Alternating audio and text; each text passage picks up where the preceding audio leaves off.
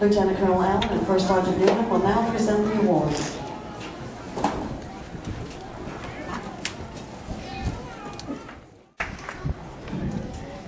Major General and Mrs. Milano, Command Sergeant Major and Mrs. Benson, distinguished guests and visitors, veterans and families, welcome to your soldiers' graduation ceremony.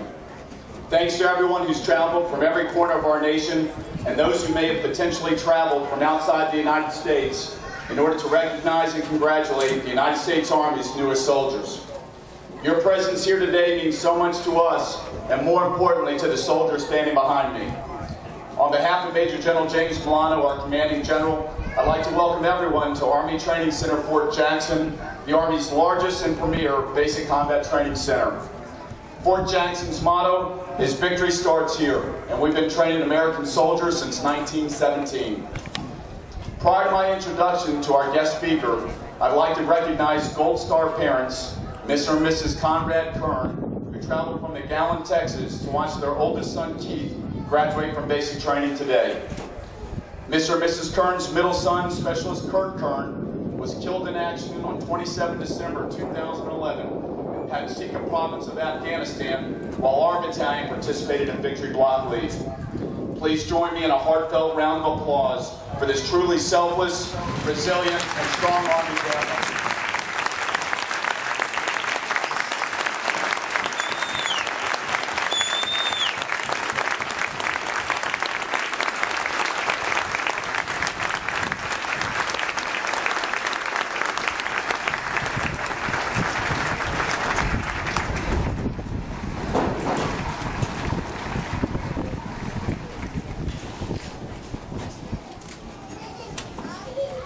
Command Sergeant Major James C. Ferris has spent the past 28 years supporting and defending both our Constitution and our way of life as a member of the nation's most elite fighting formations.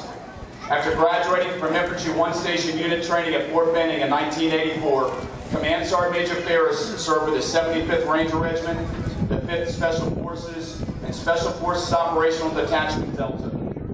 Although his list of accomplishments and assignments are too numerous to mention, I would like to highlight a few of the more significant items which you and I will clearly identify with.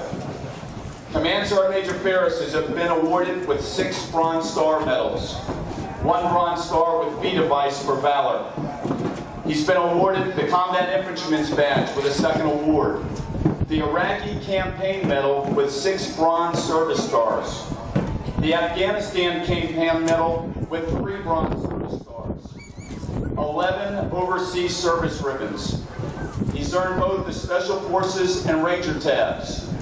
He's graduated and speaks from the Persian language course. And in July of 2011, he was inducted as a distinguished member of the 75th Ranger Regiment. He assumed his current duties and responsibilities as the United States Special Operations Command Command Sergeant Major on 27 September 2011. Ladies and gentlemen, please join me in a warm welcome for our distinguished guest and a father of a graduating soldier.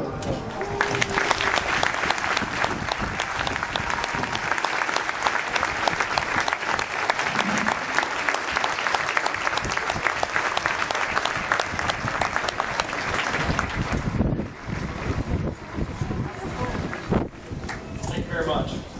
Major General and Mrs. Milano, Command Sergeant Major and Mrs. Benson, it is truly a singular and distinctive honor to be here and have this opportunity to address the newest soldiers of the United States Army, the soldiers of 3rd Battalion, 60th Infantry Regiment, the River Raiders. As an NCO and soldier, how can I not be proud of what is standing before us today and all they have achieved to be here? I have never once in all of my public addresses felt pressured or nervous. But today, however, there is a great deal of pressure and only a slight bit of nervousness. The pressure comes from all of you in the stands today because I know that I'm one of the last obstacles standing between you and getting to see your soldier. So I will try to keep my remarks short and avoid a bit of that pressure.